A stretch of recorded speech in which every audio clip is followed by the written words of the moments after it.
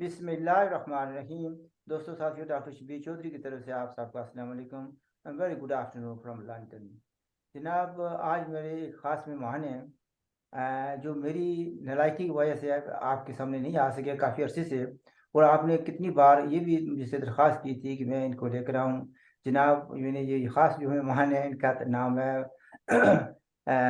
तनवीर ज़मान ख़ान साहब, जो कई बार पहले बहुत बार तशरीफ़ ला चुके हैं। लोग उनको बहुत पसंद करते हैं। इनका ताल्लुक पाकिस्तान लाहौर से है। साफ़ी हैं, किताब के मुसन्निफ़ भी हैं, तज़किया नगार हैं। वो very well respected person in the community here. जनाब तनवीर साहब, वेलकम टू द शो। बहुत शुक्रिया डॉक्टर साहब। अच्छा तनवीर साहब, सब ये यकीन जाने कि आपके लिए मुझे बहुत लोगों ने कहा कितनी बार भाई यार उनको बनाया, तो बस कुछ ऐसे मेरे और आपके दिमाग कम्युनिकेशन गैप रहा। मैं अपनी गलती मान लेता हूँ। तो जनाब, अच्छा let's let start from state way जी। अच्छा जनाब भाई, जी जी। आपने देखा होगा कि कुछ दिन पहले स्वीडन में एक मैं तो उसे बदबख्ती कहूँगा जिसने कुरान पाक को आग लगाई। ठीक है। और आप सब ने उसकी मजम्मत की। किसी भी मजहबी किताब को आग लगाना एक बहुत बड़ा जुर्म है मेरे नज़दीक। अगर ये देखा जाए तो पेशावर में धमाका हुआ है, उसमें कितने कितने कुरान पाक के नुस्खे जो है जले होंगे, किसी पता नहीं किसी को। ठीक है। और यहाँ पर कितने लोग ने 100 से ऊपर तो शहीद हो चुके हैं। बहुत बेहतर नुकसान हुआ है। इसका बड़ा स्ट्रॉन्ग रद्द अमल है। अब पता नहीं इसकी वजह से कितने और लोग जो है ना मारे जाएंगे, कितने घर उजड़ेंगे। तो आप दोनों चीजों को कैसे देखते हैं? डॉक्टर साहब, ये जो स्वीडन का वाकया है वो उसके बारे में मैंने सोचा था उसके बारे में काफी कि ये एक ऐसा वाकया जो कि गाहे बगाहे इस तरह के वाकयात कभी स्वीडन से, कभी डेनमार्क से, कभी फ्रांस से ये रूनुमा होते रहते हैं। हम्म। अब बाज़-औक़ात बेहुरमती का, बाज़-औक़ात तौहीन का, तो ये सारा एक मिलता-जुलता एक सारा सिलसिला जो है वो चल रहा है। तो इसके ऊपर जो एक रद्द-ए-अमल की मैं समझता हूँ जो एक ज़रूरत होती है, उसको समझना बड़ा ज़रूरी है कि इसके ऊपर रद्द-ए-अमल कैसे किया जाए? क्या हम्म। रद्द-ए-अमल होना चाहिए? क्या एक वाइज़ जो कम्युनिटी है, वो यही रद्द-ए-अमल करेगी जो अमूमन मुसलमानों की तरफ से होता है और ख़ुसूसन पाकिस्तान के अंदर होता है, जहाँ पे कि इस्लाम का एक ठेका मौजूद है उनके पास।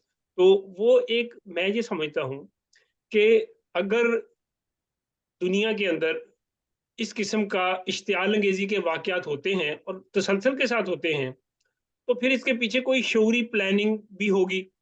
कोई ऐसे लोगों को खुला छोड़ा जाता है, ऐसे लोगों को ऐसा जो वाक़या है होने दिया जाता है। इसके पीछे एक इश्तियाल है कि लोगों के इस सारी जो मुसलमान हैं, उनको मुश्तिल किया जाए।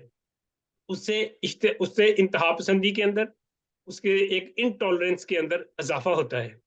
मैं समझता हूँ इस बात को समझना चाहिए कि अगर हम उसी तरह से रद्द-ए-अमल करेंगे जिस तरह से वो तौहीन करने वाले या बेहुरमती करने वाले चाह रहे हैं, तो ये कोई वाइज़ रिएक्शन नहीं होता। है तो गलत, इसको इस बात में कोई शक नहीं।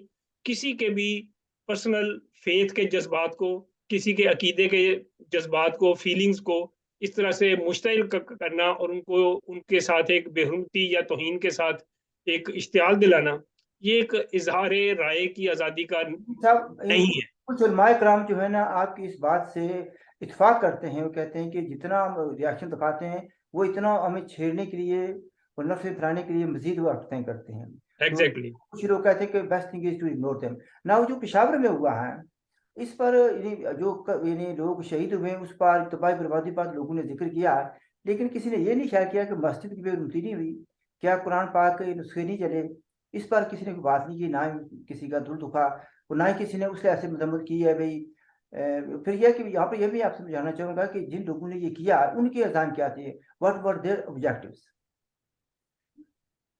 देखिए, अब आपने पहले तो वो सारी वो बेहुरमती की बात की, अब उसके बाद अब ये एक दहशतगर्दी का वाक़या रूनुमा हुआ, जो कि एक सिविल लाइन के साथ मुंसलिक मस्जिद के अंदर किया गया, जहाँ पे नमाज़ी नमाज़ अदा कर रहे थे और वहाँ पे 100 से ज़ायद अफ़राद की जो है वो शहादत हो गई। ये सारे सिलसिले को एक पूरी तारीख़ के साथ जोड़ के देखने की ज़रूरत है। फिर इसको आज के साथ देखने की ज़रूरत है कि तारीख़ के साथ ये सारे का सारा सिलसिला किसी आइसोलेशन में नहीं हो रहा। ये सिलसिला जो सारा धमाकों का, दहशतगर्दी का है, ये एक अरसे से जारी है। इसके अंदर अगर आप देखें तो इसके अंदर 2021 में भी 300-400 वाकयात साल साल में हुए थे। उसके अंदर सिक्योरिटी के अफराद, पुलिस के भी और उसके अंदर रेंजर्स को भी और कई जगह पे फौज के दस्तों को भी हमलावर इस हमलों का निशाना बनाया गया और उन्होंने शहादत भी नोश की। अब ये सारी जो चीजें हैं, इसका मतलब है 21 में भी हो रहे थे, अब 22 में तकरीबन 600 के करीब हमले हुए 22 के अंदर। इसका मतलब ये है कि तकरीबन कोई 14-15 हमले एक महीने में हो रहे हैं। और तकरीबन इस लिहाज से अगर आप देखें तो इस तरह की चीजें जो है वो मुसलसल एक तरह से जो हो रही हैं, उसके अंदर एक ऑर्गेनाइज्ड प्लान और एक ऑर्गेनाइज्ड सारा सिलसिला जो है वो मौजूद है, जिसको अगर आप इस तरीके से देखें कि ये सिलसिला जो एक तालिबान से स्टार्ट होता है 1979 से शुरू होके मुसलसल एक एंगेजमेंट उनके साथ हमारी सिक्योरिटी फोर्सेस की, हमारी एजेंसीज की, पाकिस्तान की एजेंसीज की, उनके साथ एक मुसलसल कोऑर्डिनेशन, उनके साथ एक एक पूरा एक वर्किंग रिलेशनशिप कायम हुआ। पाकिस्तान के जर्नैल, ब्रिगेडियर, कर्नल, मेजर उनको जाके ट्रेनिंग दिया करते थे, क्योंकि वो रूस के खिलाफ एक जहाज का नाम बनाया उन्होंने, जिसके नतीजे में पाकिस्तान की एजेंसियों ने माल भी बहुत बनाया। इनका जो इंटरनेशनल वजूद था वो छोटे से बहुत बड़ा हो गया। ये एक इंटरनेशनल ऑर्गेनाइजेशन के तौर पे उभरे और इन्होंने सीआईए के साथ इनको काम करने का मौका मिला, इन्हें दूसरी कुछ एजेंसियों के साथ काम करने का मौका मिला, इन्हें बहुत सा असला मिला, पैसा मिला, बहुत सा पैसा खुर्द बुर्द भी हुआ, बहुत सा पैसा जर्नैलों की और दूसरे लोगों की जेबों में गया। एक एक कारोबार, एक पूरा एक दहशतगर्दी के नाम पे कारोबार भी हुआ। अब वैसे उसके बाद जब ये जी दहशतगर्दी के नाम पर नहीं, जिहाद के नाम पर उन्होंने ये इसलिए दहशतगर्दी जहाद के नाम पर, जी जी, मुजाहिदीन के साथ जो हो रहा था वो एक जहाद के नाम पर मुजाहिद, जी जी, वो दहशतगर्दी के अंदर एक कारोबार बन गया ना, वो सारा एक कारोबार बन गया।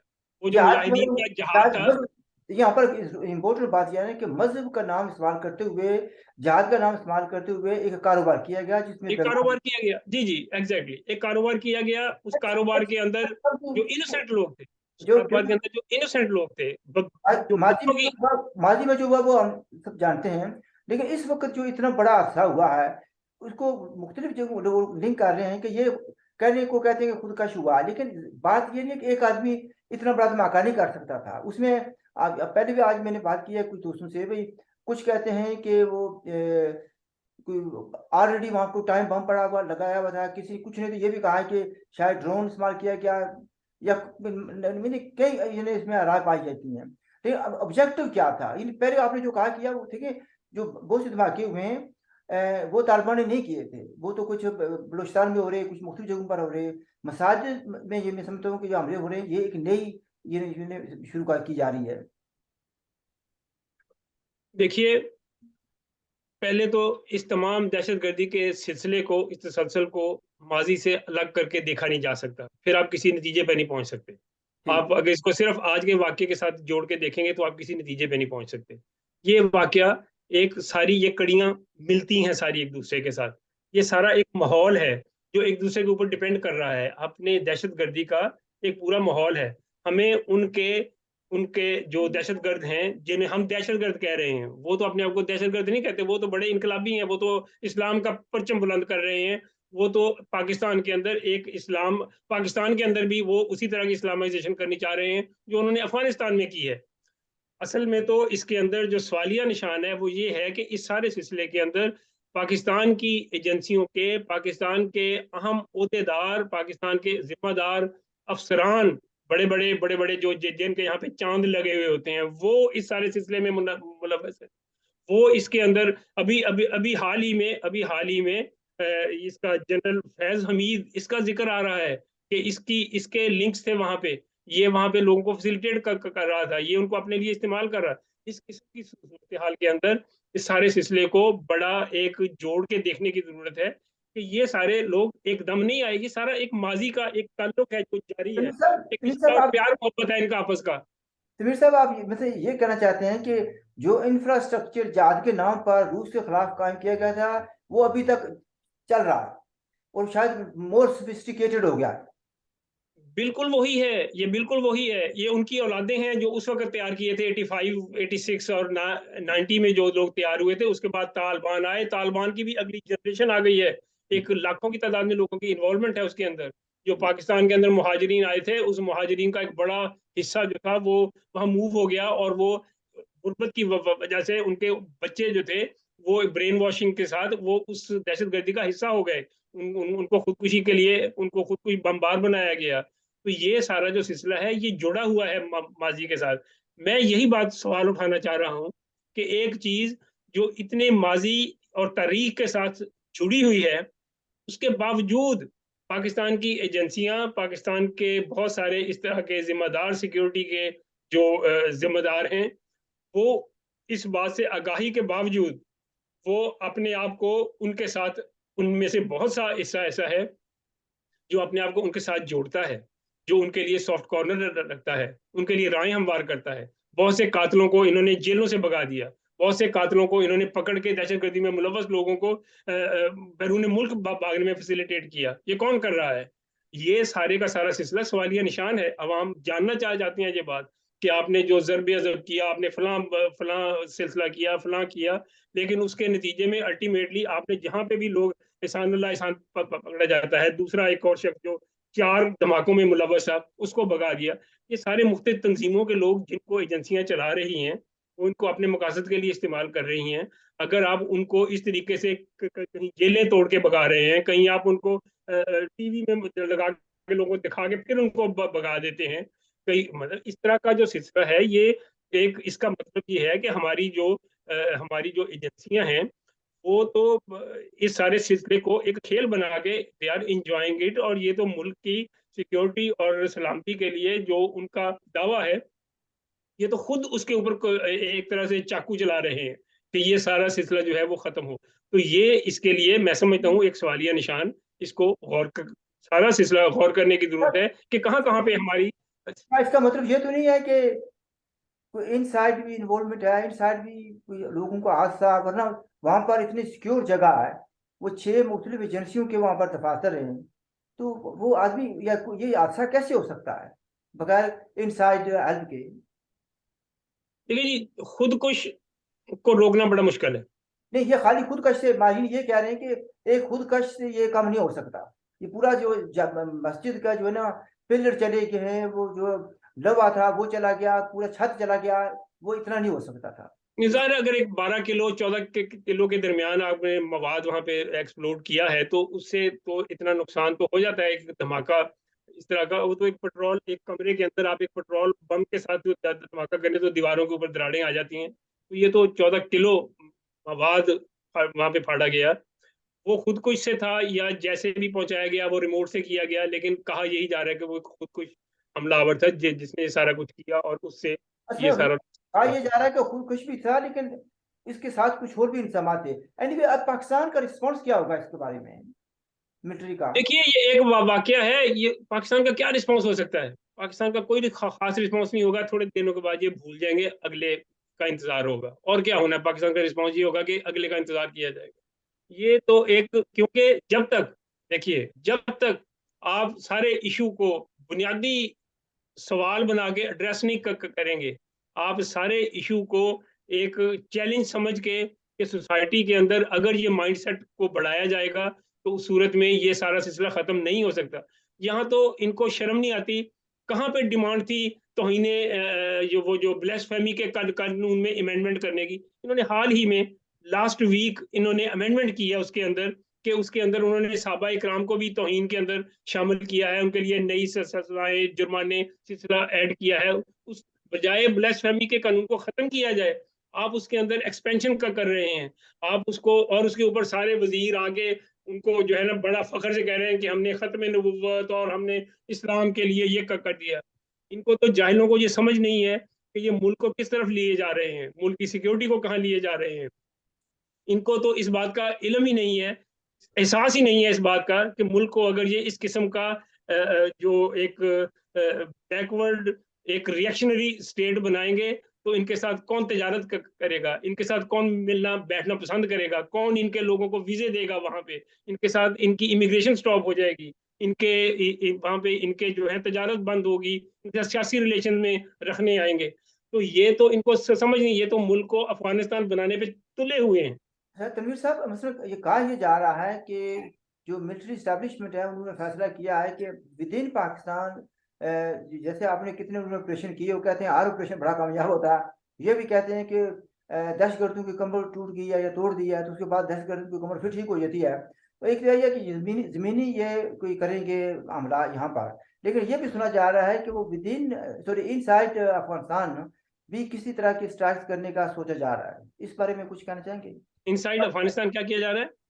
वहां पर भी कह रहे हैं कि वहां पर भी स्ट्राइक पॉसिबल है, अगर ये ऐसी बात होती है विद इन पाकिस्तान या आउटसाइड पाकिस्तान या अफगानिस्तान, उसका ये कहने की बातें हैं, ये इनके बस की बात नहीं है। अफगानिस्तान के हवाले से ये इनके बस की बात नहीं है। ये ऐसे ही एक रद्द अमल को जो है ना, वो एक कूल डाउन करने वाली बात है। इनके बस की बात नहीं है। वो तो टीटीपी को तो जो इन्होंने पाल के पाकिस्तान के अंदर बिठाया हुआ है, से ग्रोहों को इन्होंने पाकिस्तान के अंदर बिठाया हुआ है। ये अफगानिस्तान को क्या, ये अपना मुल्क इनसे क्लीन नहीं हो रहा, अपने सूबे क्लियर नहीं हो रहे, ये अफगानिस्तान में कहाँ जाएंगे? ये तो नामुमकिन, मैं नहीं समझता कि ये किसी तरह भी पॉसिबल है कि ये अफगानिस्तान के साथ किसी किस्म की अफगानिस्तान के अंदर जाके इस किस्म की कार्रवाई करें। वहां कोई सर्जिकल स्ट्राइक कहीं ना कहीं उनके ग्रोह के अंदर में भी, लेकिन आप ये कहें कि बाकायदा हमला करके उस तरह से किसी तरह मैंने करेंगे, ये इनसे इनके मैंने बस में नहीं है। मैंने स्ट्राइक्स का कहा था इन साइड अफगानिस्तान, जो जमीनी था वो मैंने कहा था विद इन पाकिस्तान, दो मुख्तलिफ चीजें ना। अच्छा, जी हाँ, जी हाँ। Let's move on. मसलन अभी आपने देखा है कि शेख रशीद साहब भी माशाल्लाह बड़ी जुबान है उनकी, और अच्छी बातें बहुत कम करते हैं, उनको भी पकड़ा गया। फिर है कि इस्लामाबाद हाई कोर्ट ने भी आज फैसला किया जो कि किसी भी तरीके से इमरान खान के हक में नहीं है। तो क्या आप समझते हैं कि पहिया उल्टा चलना शुरू हो गया है? देखिए, मैं दोनों चीजों को वैसे एक और शक की निगाह से देखता हूँ। अच्छा। क्योंकि क्योंकि शेख रशीद साहब जो हैं, वो भी साहब भी, खैर उनको कहना पता नहीं कहना चाहिए कि नहीं, लेकिन है कि शेख रशीद जो हैं, ये एक एस्टेब्लिशमेंट का पालतू है। हम्म, ये उन्हीं के, ये जितना भी मोटा ताजा है, ये उसी एजेंसियों के, उन्हीं के पैसों से, उन्हीं के खुराक से, उन्हीं की भैंसों का दूध पी के ये मोटा ताजा हुआ है। उन्हीं के उन्हीं के ईमा पर इसकी जुबान के अंदर जो दराजी आई है, वो उन्हीं की उसके इमाम के ऊपर आई है। ये उनका आदमी है। इसको इसको अरेस्ट किया गया है। उसका रीजन, फवाद चौधरी को अरेस्ट किया गया, उन्हीं का बंदा है, उन्हीं का भेजा हुआ, कभी इस पार्टी में, कभी उस पार्टी में, कभी उस पार्टी में घूमता फिर रहा है। उसको भी एक तरह से प्रोजेक्ट किया जा रहा है। एक हफ्ता अंदर रख के फिर जमानत के ऊपर रहाई। शेख साहब के साथ भी ऐसा ही होगा, 2-4 दिन रहेंगे, उसके बाद रहाई। क्यों? अब मैं जरा बता दूं। इस मौके से मैं एग्री करता हूँ, कुछ लोग इख्तलाफ करते हैं, मैंने उसको भी कहा था, कुछ लोगों को कहा था कि मैंने कहा भी फवाद को प्रमोट किया जा रहा है, ठीक है। अच्छा, मुझे ये बताया कि फवाद चौधरी को जल्दी जमानत भी होगी, जुबान उसकी माशाल्लाह उसकी भी काफी लंबी है। तो एक और आदमी, अब तो ये फवाद साहब अब तो पार्लियामेंटेरियन नहीं है, एक पार्लियामेंटेरियन है जिसका ताल्लुक पंजाब से नहीं है, तो वो तो बेचारा अभी तक पड़ा हुआ है, अली वजीर, उसकी जी जमानत। जी, एग्जैक्टली एग्जैक्टली। मतलब कि ये बंदे जिन्हें वो, अब शेख रशीद साहब जो हैं, वो बैठे हुए हैं, सिगार पी रहे हैं जेल के अंदर, तो मौजें लगी हुई हैं, ऐसे ही उनको पकड़ा है। असल में उनको भी पता है कि हमें क्यों पकड़ा गया है। एजेंसियां इनको प्रमोट कर रही हैं, एजेंसियां इनको, क्योंकि एजेंसियों ने वहां पे इमरान खान के लिए थोड़े से आगे रास्ते तंग करने का प्रोग्राम है उनका। वो पार्टी को अंदर से डैमेज करने का इरादा है उनका। उनका कुछ अल्टरनेटिव खड़े करने का प्रोग्राम है। अब वो अल्टरनेटिव 3-4-5 होंगे, तो उनमें से कोई 1-2-3 कोई सूबे के अंदर, कोई नेशनली कहीं ना कहीं उनको लगाया जाएगा। तो वरना ये नारे जो लगवा रहे थे फवाद चौधरी के लिए, तेरे जान निसार बेशुमार, ये कौन थे? एजेंसियों के लोग थे जो नारा लगवा रहे थे। वरना उसके जान निसार कहाँ से आ गए? हाँ जी। और इसी तरह से शेख रशीद के भी अब जान निसार आएंगे, नारे लगाएंगे इसके लिए कि शेख रशीद तेरे जान निसार बेशुमार। ये एजेंसियां हैं पीछे जो इनको प्रमोट कर रही हैं। और पीटीआई के अंदर उन्होंने थोड़ी सी दरार डालनी है। तो ये एक एजेंडा है उनका, एक खेल है, एजेंसियों का खेल है। पाकिस्तान की स्टैब्लिशमेंट का सियासतदानों को मोहरों के तौर पे इसको उठा के इधर रखना, उसको उठा के इधर रखना, ये एक उनका खेल है। वो कर रहे हैं, सालों से कर रहे हैं, अब जरा नंगे भी हो गए हैं और ज्यादा शार्प तरीके से कर रहे हैं, खुला खुला खुला कर रहे हैं। असल में देखिए इसका मतलब है कि वो मुकम्मल तौर पर गैर जानबदार नहीं हुए, एक तो बात ये होगी। दूसरी बात ये है कि जैसे मैंने अली वजीर का भी जिक्र किया था, लेकिन देखिए मैंने जो मुझे मालूमात हैं थोड़ी सी, वो ये हैं कि इमरान खान को तो नायल होना ही होना, और उसको पता नहीं जेल भी शायद हो जाए, तो पीटीआई को उन्होंने कायम रखना है कि पीटीआई के वो इस्तेमाल करेंगे, तो इसलिए फवाद चौधरी को और चंद एक को दूसरों को देखिए इमरान खान के लिए कई ऑप्शंस हैं, इमरान खान के लिए कई ऑप्शंस हैं, डिस्क्वालिफिकेशन एक ऑप्शन है, और भी बहुत सारी ऑप्शन हैं जिनके ऊपर काम हो रहा है। काम हो रहा तो है। इसलिए इसलिए हम नहीं कह सकते कि यही होगा, क्या होगा, कुछ ना कुछ होगा। वो जितना अपना पिछले 2 सालों में, 1.5 साल में एस्टेब्लिशमेंट को उसने अपने हिसाब से डैमेज करने की कोशिश की है। अब एस्टेब्लिशमेंट भी रिएक्शनरी है, ये भी रिएक्शनरी है।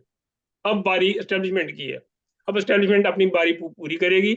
इमरान खान के लिए कौन सी ऑप्शन उनके लिए ज्यादा सूदमंद है, देखा जाएगा, पता चलेगा कौन सी ऑप्शन पे ज्यादा काम आसान है उनके लिए, वो करेंगे। उनकी भी अपनी एक अक्ल और फिक्र जो है उसका भी अल्लाह ही अल्लाह है, अच्छा, एस्टेब्लिशमेंट जो है आज जी। मैं आपसे सवाल करता हूँ, क्योंकि मैं ज़्यादा लंबा नहीं करना चाहता प्रोग्राम। अच्छा, मैं एक देखिए, मैं आज आपको पता होगा कि इमरान खान साहब ने सदर पाकिस्तान को खत लिखा, जो वो उनका अपना आदमी है, ठीक है जी, और उनको शिकायत की हैं, जो नई इस्टेब्लिशमेंट है उनको भी, और सबके खिलाफ शिकायत की है, उसने कुछ छोड़ा नहीं बंदा, शिकायत की है। और आपने शायद देखा होगा या सुना होगा या विजिट उनको, मुझे पता नहीं है। तो इसके पेश नज़र आप क्या समझते हैं भी, क्या होने वाला है? और एक आदमी ने, एक साथी ने कहा, पाकिस्तानी साथी ने कहा है कि इमरान खान इस डिटर्मेंट बेड़ा गर्क करने के लिए पूरी तरह तैयार है कि रियासत को गर्क किया जाए। कहाँ इन्होंने लिखा है, मुझे बात नहीं आपकी समझ आई, कहाँ लिखा है इन्होंने? ये लेटर उन्होंने लिखा है अपने सदर ममलकत को, अलवी अच्छा साहब। अच्छा, अलवी साहब को लिखा है, अच्छा अच्छा। ये ये तो खैर देखे ना, जिनका वावेला है, वो इमरान खान का एक वावेला, उसकी आदत है, हर चीज पे वावेला करो, जो चीज हाथ नहीं आई उसको उसको फिर बदनाम करो, जलील करो, वो एक उनका तरीकाकार है। इन सारी चीजों से इमरान इस वक्त गेम, जो ताश पूरी की पूरी है, वो इमरान खान के हाथ में, उसमें से कोई कार्ड नहीं है। इस वक्त इमरान खान जो है वो रहमो करम पे है, और उनकी सिर्फ उनका जो एक पॉपुलर सपोर्ट उनकी है, वो उनको इस वक्त बचाए हुए है, सपोर्ट है सिर्फ वो। अगर अगर इमरान खान को आज कॉल दे तो शायद लोग उस तरीके से बाहर ना आए। अगर वो अगर वो एक मुजाहिरों की कॉल दे, कोई डिमॉन्स्ट्रेशन करे, मार्च करे, लोग उस तरीके से उसके लिए आने को तैयार नहीं है, क्योंकि इमरान खान भी एक्सपोज हो गया है। इमरान खान का भी लोगों को पता चल गया कि ये भी इन बाकी 2-3 जो लोग थे उन्हीं की तरह का एक है ये, कोई नया, कोई नया पाकिस्तान, रियासत मदीना, इंसाफ, कानून की बालादस्ती, ये सब लोगों को पता चल गया, ये रंगबाजी है, इसका हकीकत से कोई ताल्लुक नहीं है। तो ये सारी चीजें, एक्सपोजर भी जो है इमरान खान को डैमेज कर रहा है, और इमरान खान के सपोर्टर जो है, उनकी शिद्दत के साथ जो अटैचमेंट थी उसके साथ, वो कम हो गई है बहुत ज्यादा। अच्छा, देखिए ना, जो फॉरेन फंडिंग केस है वो तो जाहिर है कि क्लियरली उसके खिलाफ चला गया, ठीक है जी। और लेकिन उसके जो मानने, जो स्ट्रॉन्ग फॉलोअर्स हैं, वो तो कहते हैं जी इमरान खान ना करप्ट है, ना बेईमान है, बहुत अच्छा उसने वो, ये ऐसे थे झूठी बातें उसके मतलब उन्होंने तैयार की हुई हैं कि मैं तो हैरान रह गया यार। मैंने कहा हम भी पाकिस्तान को स्टडी करते हैं, देखते हैं, जो आप बातें कह रहे हैं हमारे लिए तो नहीं है। तो आप क्या समझते हैं कि फॉरेन फंडिंग केस में वो नाइल हो सकता है? देखिए जी, मैं वही बात मैंने पहले भी अर्ज किया कि इमरान खान के ऊपर कई ऑप्शंस पे काम हो रहा है। वो किसी चीज में भी पकड़ा भी जा सकता है, किसी चीज में डिस्क्वालीफाई या गिरफ्तार, दोनों सूरतें हो सकती हैं, कोई और तीसरी भी हो सकती है। पाकिस्तान की तारीख के अंदर रवायात से हटके कोई काम ऐसा नहीं है कि जो रवायत में ना हो। वहाँ पे बहुत सारे लियाकत अली खान, बेनज़ीर और बहुत सारे इस तरह के सियासतदानों के साथ, बहुत सारों के साथ ऐसा हो चुका है। तो ये कोई उन सबसे ज़्यादा एक्सेप्शन नहीं है एस्टेब्लिशमेंट के लिए, और एक इंटरनेशनल एस्टेब्लिशमेंट के लिए भी खसूसी तौर पे ये कोई उनके लिए एक्सेप्शन नहीं है। इसलिए वहाँ पे कोई चीज़ भी पाकिस्तान जैसे ममालिक में, जिस तरह से हम, हमारे सियासतदान और हमारी इस्टेब्लिशमेंट उसको एक लेबॉर्ट्री बना के चला रही है, उस तरह से दुनिया के बड़े ममालिक भी पाकिस्तान को लेबॉर्ट्री ही से समझते हैं। सो वहाँ पे तजर्बे हो सकते हैं, हर तरह के वहाँ पे तजर्बे किए जा सकते हैं। इसलिए क्योंकि सारे हो रहे हैं, 75 ईयर से हो रहे हैं, तो इसलिए हम वहाँ वहाँ पे इमरान खान के लिए भी कोई भी ऑप्शन कहीं पे भी बईदस क्यास नहीं कही जा सकती। लेकिन ये all all depends on them, जिन लोगों की इसने बहुत ज्यादा दिल आजारी की है, जिन लोगों को इसने इत्मीनान को धोखा दिया है, अब वो लोग इसको किस तरीके से डील करेंगे, वो इनमें से कोई ना कोई बुरा ही होने वाला है। अब कौन सा बुरा होगा ये नहीं पता, और अच्छा तो नहीं होने वाला। कहने वाले तो ये भी कहते हैं कि मश जेल में उसके लिए एक कमरा भी तैयार कर दिया गया खास तौर पर। देखिए ये होता है ऐसा। मैं जब जेल में था मैं जब जेल में था तो उस वक्त कई सियासतदानों के लिए जेल के ना कई कमरे तैयार किए जाते, एकदम लेबर आ गए, उनका जी पाकिस्तान का बहुत बड़ा आदमी आ रहा है, टॉप आदमी आ रहा है, तो जिक्र होता था कि बेनजीर को शायद अरेस्ट किया जा रहा है, यहाँ लेके आ रहे हैं। फिर एक दफा जिक्र होता था नवाज शरीफ को यहाँ पे लाया जा रहा है। तो ये एक जेलों के अंदर एक जो है वो एक तैयारियां होती रहती हैं, वो एक स्टैंड बाई चीजें होती हैं जो जेलों के अंदर होती रहती हैं। हर वक्त कोई ना कोई रूम, कोई ना कोई जगह कहीं किसी वीआईपी के लिए तैयार की जाती है। उसका कोई ऐसा ही होगा, इसका उससे कोई ताल्लुक नहीं है, वो ऐसा एक स्टैंड बाई होता साहब बहुत मेहरबानी आपकी, आपने बड़े अच्छे तरीके से बयान किया। मैं चाहूंगा कि कभी अगर मुझे याद ना रह जाए तो कम से कम हफ्ते 10 दिन बाद मुझे याद करा दिया करने। I really enjoy talking to you. So है। नाइस। बहुत आपने बातचीत सुनी। आई होप कि you have learn few things from Tanveer साहब। एटलीस्ट मैंने उनको देखा है कि उन्होंने अल्टरनेटिव व्यू दिया है on certain things we of course agreed. So if you have any questions regarding this, please do ask. And if you have not subscribed to the channel, please do subscribe it. हमारी तरफ से खुदा हाफिज़, look after yourself.